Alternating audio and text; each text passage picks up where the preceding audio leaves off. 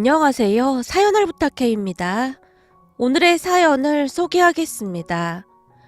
그 사건은 형님이 사업을 말아먹으면서 시작이 되었습니다. 우리 시댁은 아주버님과 남편 두 형제만 있는데요. 아주버님은 그냥 회사를 다니면서 살았지만 형님이 문제였어요.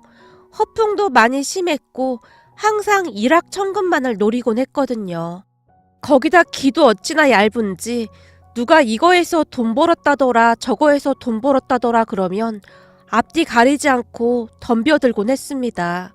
한 번은 웰빙 헬스케어인가 뭔가를 한다고 운동기구까지 들여놓고 사업을 시작했는데 관리비를 절약한다면서 그곳에 연탄난로를 설치한 게 아니겠습니까?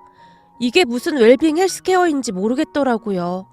무슨 아로마 테라피 그런 것들 사이에 연탄난로가 생뚱맞게 자리 잡고 있었으니 그 모습이 기괴해 보이기까지 했다고 해야 할까요? 결국 그러다 얼마 안 가서 사업은 또 말아먹고 말았습니다. 하지만 우리 부부는 둘 다 교직 생활을 하고 있고 그냥 열심히 벌어서 알뜰하게 살자라는 생각으로 살고 있습니다. 시부모님도 그렇고 친정 부모님도 그렇고 평생을 그렇게 사셨으니까요. 양가 부모님 두 분 다 교직 생활을 했기에 더욱 그러지 않았나 싶습니다. 시부모님은 물려받은 재산이 있었음에도 항상 검소하게 사셨거든요. 그랬기에 우리 모두는 형님과 잘 맞을 수가 없었어요. 만날 때마다 일확천금 이야기를 하면서 투자를 권유하는 형님이 그저 불편하기만 했거든요. 그러던 어느 날 형님이 결국 대형 사고를 치고 말았는데요. 아는 지인의 말을 듣고 한 식당을 인수해서 장사를 시작했는데 반년도 못 가서 식당이 쫄딱 망했거든요. 식당을 인수한다고 했을 때 가족 모두 뜯어말렸어요. 형님, 그 식당이라는 게 웬만해서는 성공하기가 쉽지 않다고 하더라고요. 잘 알아보고 해야 할 것 같아요. 동서, 내가 당연히 알아봤지. 가게에 사람이 바글바글 하더라니까. 매일매일 사람이 미어 터진다 이 말이야. 이거 완전히 노다지야. 물론 형님이 잘 알아보셨겠지만 제가 보기엔 권리금도 만만치 않아 보이던데 아무리 그래도 권리금이 너무 비싼 거 아니에요? 동서는 말을 해도 참 기분 나쁘게 하더라. 누가 선생 아니라고 할까봐 뭘 그렇게 따지고 들어. 내가 충분히 잘 알아봤다고 했잖아. 내가 오며 가며 지켜봤는데 항상 사람들이 바글바글 했다니까. 그럼 다행이긴 한데 걱정이 돼서 그렇죠. 혹시 기분 나쁘셨다면 정말 죄송해요. 동서 말이야. 학교에서 애들한테 인기 없지? 매사 그렇게 따지고 들면 애들도 참 피곤할 거야. 라며 형님이 잔뜩 인상을 찌푸렸어요. 그렇게 2달쯤이 지났고 형님이 가게를 계약했다는 말을 들었습니다. 개업된 손님이 너무 많을 것 같아 며칠이 지나 시부모님과 함께 식당으로 갔는데요. 형님에게 들었던 것과는 전혀 다르게 식당이 텅텅 비어 있었어요. 우리가 조금 일찍 가서 그런가 보다라고 생각한 채 가게로 들어섰는데 홀에 앉아있던 직원들이 우리를 보며 야, 손님 왔어 라며 마치 우리가 첫 손님인 것처럼 반기며 말했어요. 그런 직원들을 모른 척하고 우선은 자리에 앉아서 음식을 시켰습니다. 잠시 후 형님이 가게 안으로 들어와서는 우리를 보며 울상을 지으며 말했어요. 이상하네요. 이전 사장이 알려준 레시피대로 똑같이 했는데 손님들이 다들 한 소리씩 하고 나가네요. 우선 음식 좀 가지고 와봐라. 우리가 먹어보마. 시어머님이 대표 메뉴인 감자탕을 시켰습니다. 그런데 뭐가 잘못된 것인지 감자탕 맛이 영 이상했어요. 감자탕에 들어있는 고기와 국물이 따로 논다고 해야 할까요? 뭔가 따로 국밥이란 생각이 들 정도로 맛이 이상했습니다. 아니죠. 진짜 맛이 없었다는 표현이 더 맞겠네요. 감자탕을 드시던 시부모님의 얼굴에 근심이 가득할 정도였으니까요. 그 와중에 형님이 호들갑스럽게 한마디를 했습니다. 어머님 아버님 맛있죠? 원래가 이 비법은 공짜로 안 알려주는 거라는데 우리한테 특별히 전수해준 거라고 하더라고요. 결국 형님의 말에 시어머님이 무겁게 한마디를 했어요. 혹시 말이다. 너 이 감자탕 먹어보긴 한 거니? 아니 원래 맛이 이런 거냐? 저는 감자탕 별로 안 좋아해서요. 근데 감자탕 맛이 감자탕 맛 아닌가요? 뭐가 이상해요? 맛이야 레시피가 있으니까 똑같겠죠. 아니 감자탕도 안 좋아한다는 애가 무슨 감자탕집을 해. 그리고 이 음식이라는 건 식당 주인이 매일 맛을 봐야 하는 거 아니냐? 거기다 이 깍두기부터 이미 틀렸어. 감자탕집 깍두기가 얼마나 중요한지 알기나 하냐? 적당히 익혀서 내놔야 하는데 이건 뭐 네 맛도 내 맛도 아니구나. 이래서 뭔 놈의 장사를 한다고는. 시어머님이 성격이 원래 싫은 소리를 잘 안 하시는 분인데 그날따라 시어머님이 잔뜩 인상까지 쓴 채 잔소리를 했어요. 왜요? 그 전에 식당 주인이 알려준 대로 그 레시피대로 했는데 맛이 이상해요? 라며 형님이 깍두기를 한 입 먹더니 이 맛이 아닌가? 이 정도면 먹을만 하지 않나? 라며 고개를 갸우뚱거렸습니다.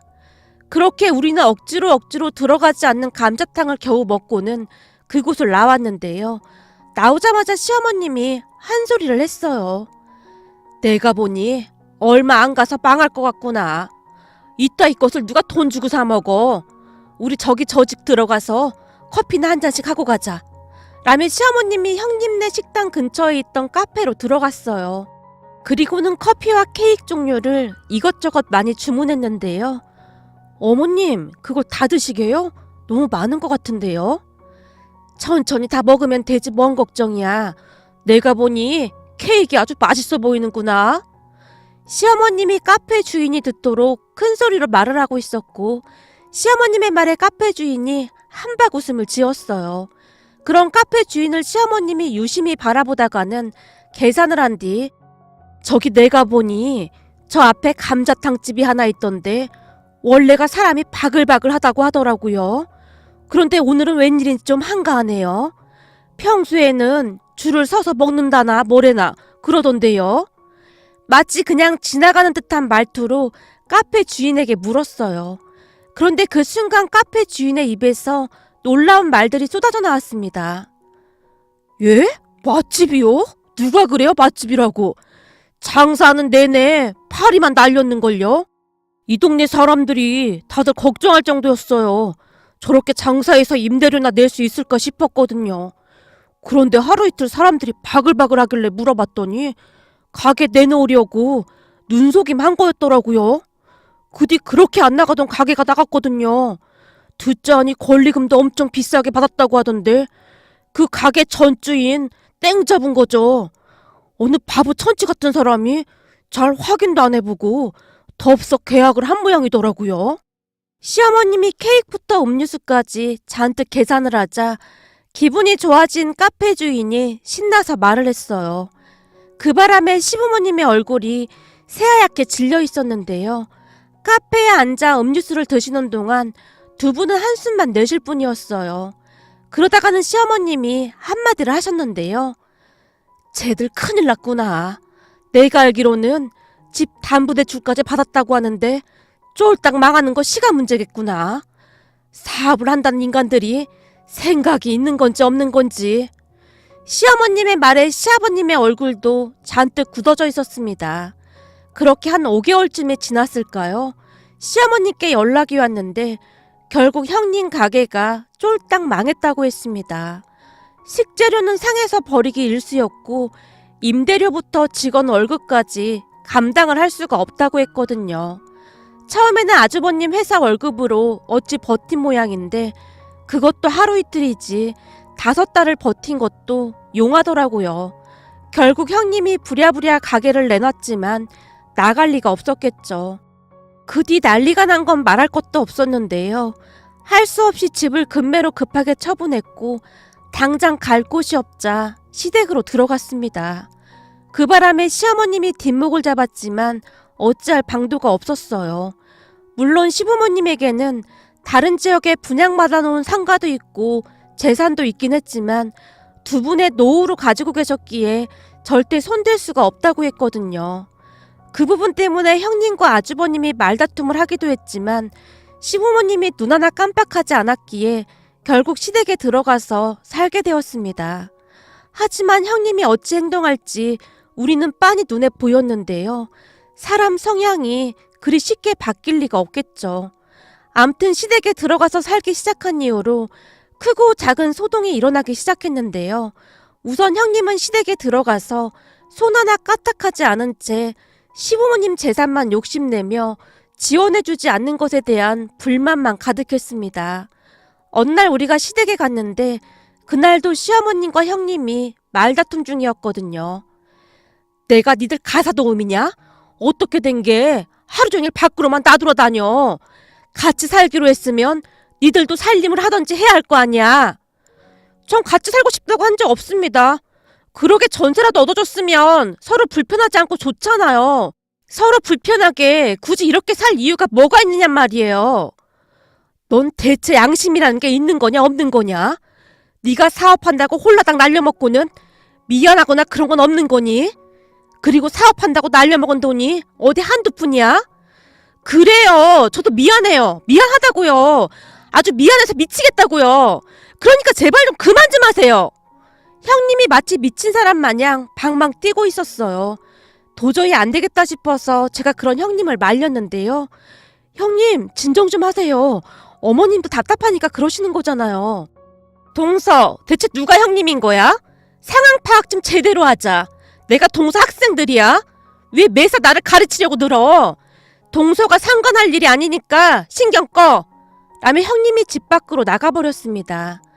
그 바람에 시어머님이 자리에 털썩 주저앉으셨는데요. 어머님, 괜찮으세요? 어머님 혈압 높으셔서 항상 조심하셔야 해요. 형님네 그냥 나가라고 하는 게 좋겠어요. 그렇잖아도 그렇게 할 생각이다. 어디서 저런 게 며느리라고 들어와서는 사업이란 사업은 다 말아먹고 땡전 한 푼도 없으면서 하루 종일 네일 아트나 하면서 돌아다니는 게 지금 말이 되는 소리냐? 시어머님이 긴 한숨을 내쉬었어요. 잠시 후 형님이 아주버님과 함께 들어왔는데요. 시어머님께 죄송하다는 말 한마디도 하지 않은 채 방으로 쏙 들어가 버렸습니다. 결국 시어머님이 아주버님에게 소리쳤고요. 니들 빨리 직구해서 나가. 니들하고 같이 살다가 내가 제명에 못 살 것 같아. 엄마, 지금 우리가 갈 데가 어딨어요. 집사람도 답답해서 그러는 건데 엄마가 좀 이해해주면 안 돼요? 넌 네 차만 생각하고 네 엄마는 어떻게 되던 말던 안중에도 없는 거냐? 네 처가 답답하면 나는, 네 엄마는 고혈압에다 허리까지 아파서 제대로 서 있지도 못하는데 그게 지금 네가 엄마한테 할 소리야? 딱 2달 시간 줄 테니까 알아서 나가. 네 처가에 가서 살던지 지하세방을 구해서 나가던지 그건 내가 알 바 아니고. 엄마, 처갓집이 지방인데 어떻게 처가로 가요? 몰라. 그걸 왜 나한테 말해? 니들이 알아서 해. 최소한 지가 처먹은 거 설거지 정도는 해야 할 거 아니야. 근데 내가 궁금해서 그러는데 니들 돈이 어디 있어서 그렇게 돈을 막 쓰고 다니는 거냐? 미용실에 가서 몇십만 원씩 쓸 돈이 있긴 하냐? 시어머님이 어이없다는 듯이 말하고 있었는데요. 그 순간 형님이 방문을 벌컥 열더니 시어머님에게 소리쳤어요. 어머님, 돈도 많으신데 그 상가 팔아서 일부만 주시면 되잖아요. 다른 부모들은 자식을 위해 목숨도 바친다고 하던데 어머니 진짜 너무 냉정하신 거 아니에요? 어머니가 돈 주실 때까지 앞으로 말 한마디도 안 할 생각이니까 그런 줄 아세요. 어머니도 저한테 말 걸지 마세요. 라며 방문을 쾅 하고 닫아버렸습니다. 옆에서 지켜보고 있던 우리가 질릴 정도였는데요. 아무래도 시어머님 건강이 걱정이 될 수밖에 없었어요. 어머님, 형님네 나갈 때까지 불편하시면 우리 집에 와 계셔도 돼요. 이러다 어머님 쓰러지실까봐 걱정이에요. 절대 안 된다. 그게 바로 저것들 술수인 거야. 내가 조만간 내쫓아버릴 거다. 라며 시어머님이 이까지 갈고 계셨어요. 그 모습이 많이 불안해 보였지만 시아버님이 계시니까 별 문제 없겠지 싶었는데요. 어느 날 결국 형님이 돌이킬 수 없는 사고를 치고 말았습니다. 그 뒤 형님은 어머님을 마치 없는 사람 취급을 했다는데요. 시어머니가 불러도 대답도 안 하고 그냥 노려만 봤다고 했으니까요. 그러던 어느 날 시어머니께서 외출하고 돌아오셨다는데요. 안방에서 부스럭거리는 소리가 들리더랍니다. 그래서 슬그머니 안방문을 열어봤더니 형님이 시어머님 서랍장을 뒤져서는 상자에 있던 금목걸이랑 이것저것을 급히 주머니에 넣고 있더래요. 어찌나 집중을 하고 있던지 시어머님이 엿보고 있던 것도 모른 채 집중을 하고 있더랍니다. 그 모습을 본 시어머님이 이성을 잃었다고 하는데요. 너 지금 여기서 뭐하고 있는 거냐? 내 금부치를 왜 네 주머니에 넣어? 이제 하다 도둑질까지 하는 거냐? 도둑질이라뇨. 친구 만나러 가는데 그냥 잠깐 빌려가려고 했던 거예요. 어머님이 옆에 있었다면 물어봤을 텐데 없어서 그런 거잖아요. 뭐? 너 그걸 지금 말이라고 하는 거냐? 당장 이리 내놔. 어머님, 어차피 이거 하지도 않잖아요. 그냥 저 주면 안 돼요? 내가 그걸 왜 너를 줘? 나도 그거 우리 시어머니한테 받은 거다. 그러니 당장 못 내놔? 시할머님한테 받은 거면 어머님도 맏며느리인데 저한테 주시면 되겠네요. 그냥 저 주세요. 제가 잘 보관할게요. 당장 이리 내놓지 못해? 결국 시어머님이 고함을 지르며 금부치를 빼앗으려고 했던 모양인데요. 형님이 그런 시어머님을 뿌리쳤다고 하네요. 그런데 형님이 시어머님을 뿌리치는 과정에서 어머님이 넘어지셨다는데요. 형님이 넘어진 시어머님을 보며 비웃듯 말했다네요. 그렇게 그냥 주셨으면 좋았잖아요. 대체 어머님은 무슨 욕심이 그리도 많으신 거예요? 죽을 때 싸가지고 가지도 못하는데 자식들한테 좀 베풀고 사세요.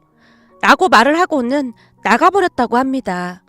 문제는 넘어진 시어머님이 허리를 삐끗한 것인지 일어날 수가 없었다는데요. 시아버님과 남편에게 전화를 한 모양인데 둘 다 전화를 안 받으니 급한 마음에 시어머님이 제게 전화를 했더라고요. 예, 내가 넘어졌는데 허리를 삐끗해서 일어나질 못하겠구나. 네 시아버지는 전화도 안 받고 이를 어쩐다니? 많이 다치신 거예요? 글쎄 허리를 삐끗했는데 꿈쩍도 못하겠어. 그럼 구급차를 불러야죠. 잠시만 기다려보세요. 라며 제가 급히 구급차를 부르고는 학교에 이야기를 하고 시댁으로 향했는데요. 잠시 후 구급대원이 제게 시댁집 비밀번호를 물어봐서 알려줬고 땡땡 병원으로 오라는 말을 했습니다. 병원으로 이동하면서 시아버님과 남편에게 급히 전화를 했는데요. 두 사람 다 혼비백산이 된 채 병원으로 뛰어왔고 말이죠. 그렇게 형님의 만행이 만천하에 드러나게 되었습니다. 시어머님이 있는 사실 그대로를 말씀하셨거든요. 시어머님의 말을 듣는 내내 시아버님의 얼굴이 울그락불그락해져 있었는데요. 내가 이놈의 인간들을 가만 안 놔둘 참이야. 나도 그동안 참을 만큼 참았어. 내가 아주 요절을 내버릴 참이야. 거봐 내가 뭘 했어. 저것들한테 한 푼도 주면 안 된다고 했잖아. 당신 말 듣고 상가 팔아서 줬으면 어쩔 뻔했어. 싹수가 노란 게 아주 못돼 처먹은 인간들이라니까. 며느리도 며느리인데 정식이 그게 더 나쁜 놈이야. 지금껏 내내 집 마누라 편만 들고 있잖아. 내가 가만 안 놔둘 참이야. 그때 당신 말 듣기 잘했지. 저것들 소나기에 그 돈 들어갔으면 우리 노오고 나발이고 다 끝장날 뻔했어. 시부모님이 치를 떨고 있었어요. 그 뒤 남편이 아주버님에게 시어머님이 병원에 입원했다는 말을 살짝 흘렸지만 두 사람 다 별 상관하지 않는 듯한 그런 모습이었습니다. 형, 큰일 났어. 아까 형수님이 엄마를 밀친 모양인데 엄마 허리 삐끗해서 병원에 누워 계셔. 형수님 데리고 빨리 와서 싹싹 빌어. 우리 지금 처갓집 가는 중이야. 내일 주말이잖아. 다음 주 장모님 생신이어서 이번 주에 생신 파티 하기로 했어. 그리고 엄마 허리 안 좋은 거 하루 이틀도 아니고 뭘 그렇게 난리냐? 니들도 있고 아버지도 있는데 굳이 우리까지 뭐하러 가? 야, 나 이제 휴게소에서 다시 출발해야 하니까 우선 끊어. 라며 아주버님이 전화를 끊어버린 모양이었습니다. 그런데 문제는 시아버님이 전화를 했을 때도 똑같이 말을 했다고 하네요. 결국 아주버님과 형님은 돌아올 수 없는 강을 건너고 말았습니다. 그 뒤 시부모님이 어마어마한 계획을 세웠거든요. 우선 시어머님은 그 뒤에도 한동안 병원에 입원을 하고 계셨는데요. 오히려 병원이 더 편하다고 할 정도였습니다.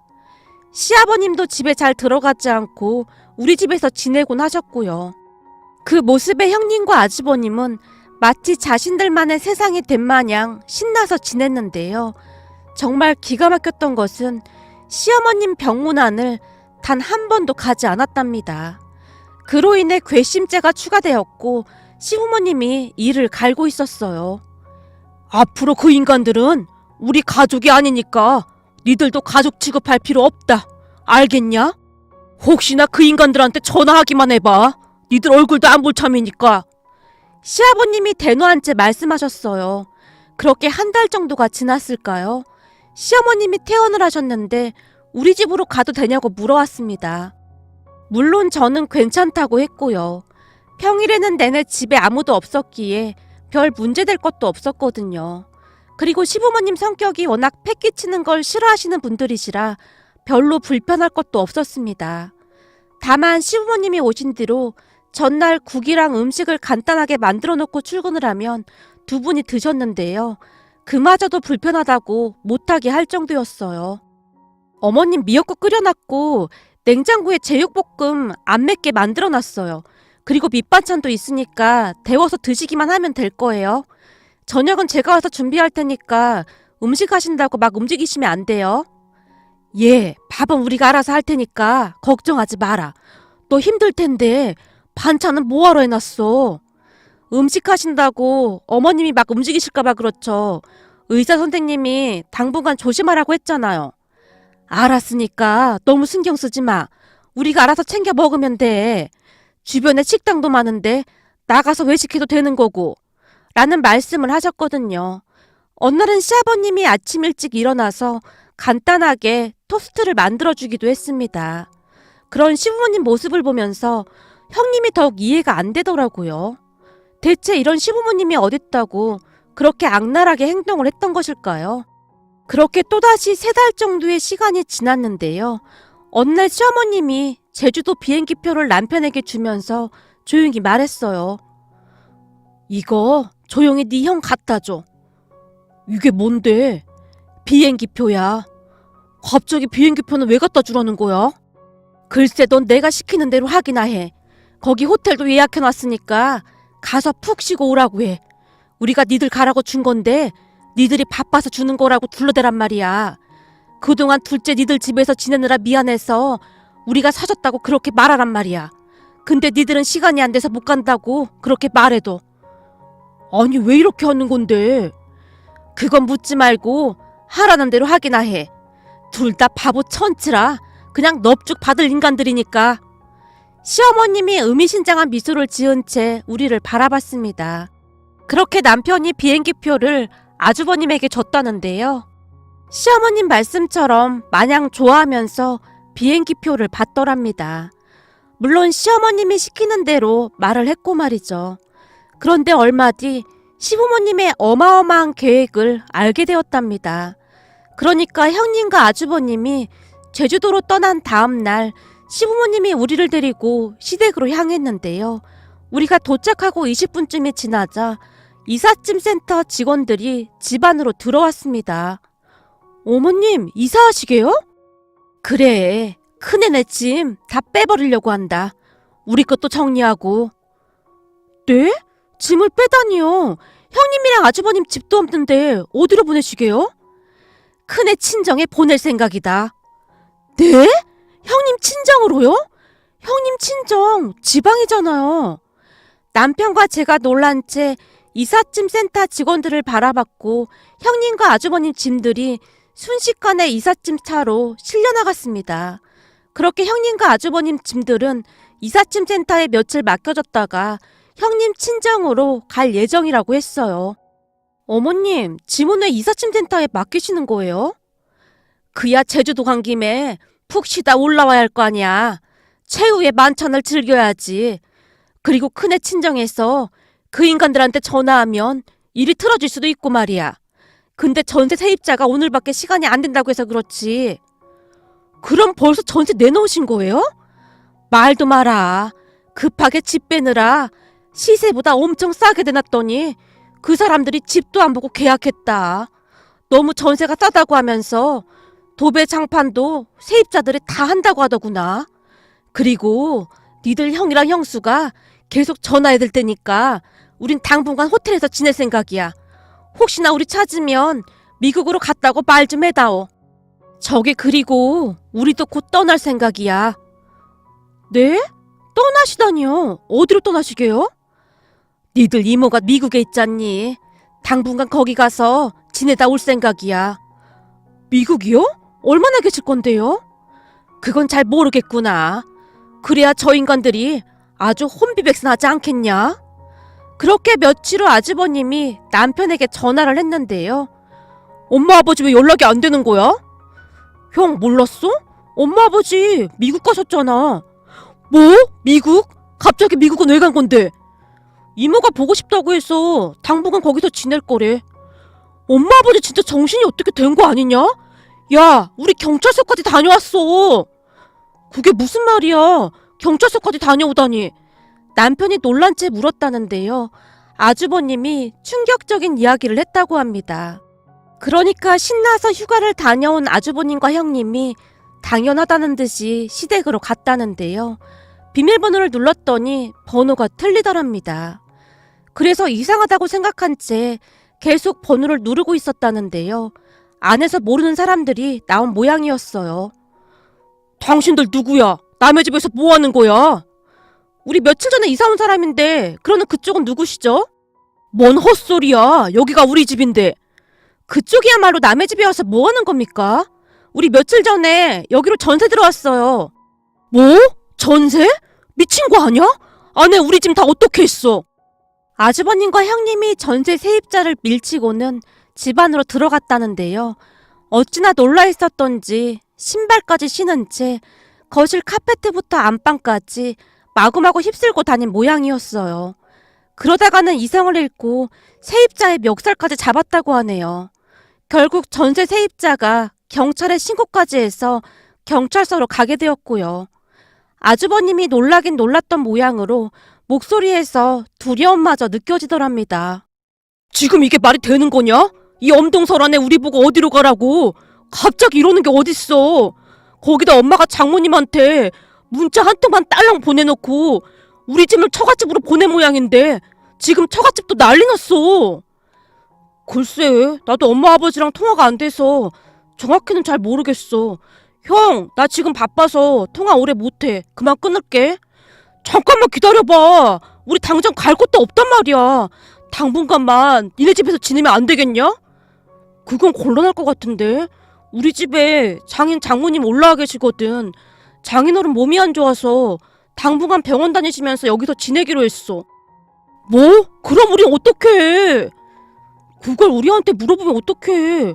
엄마 아버지한테 계속 연락해봐. 너 혹시 미국 이모 연락처 아냐? 아니, 난 잘 모르는데. 형, 나 바빠서 전화 끊어야 해. 남편이 급히 전화를 끊었어요. 그 뒤 시어머님 휴대폰으로 안서준 어른이 전화를 했지만 시어머님이 무시해버린 채 정말 미국으로 떠나셨습니다. 그렇게 형님과 아주버님은 하루아침에 거리에 나앉게 되었는데요. 형님네 친정으로 내려간 짐들이 거실부터 마당까지 잔뜩 쌓여있다고 했으니까요. 형님네 친정집이 크지도 않아서 짐을 다 들여놓기도 힘들다고 했거든요. 그리고 형님 친정에 빌다시피 해서 돈을 조금 빌렸던지 작은 지하세방으로 들어갔다는데요. 그러거나 말거나 시부모님은 눈 하나 깜빡하지 않고 있답니다.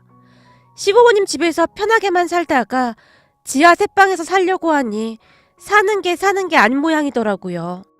시부모님이 10원 한 푼도 도와주지 말라고 몇 번이나 말씀하셨기에 저희도 그냥 모른 척하고 있답니다. 형님과 아주버님이 언제쯤 정신 차릴 수 있을까요? 오늘의 사연은 여기까지였습니다. 즐겁게 보셨다면 구독, 좋아요 부탁드립니다. 고맙습니다.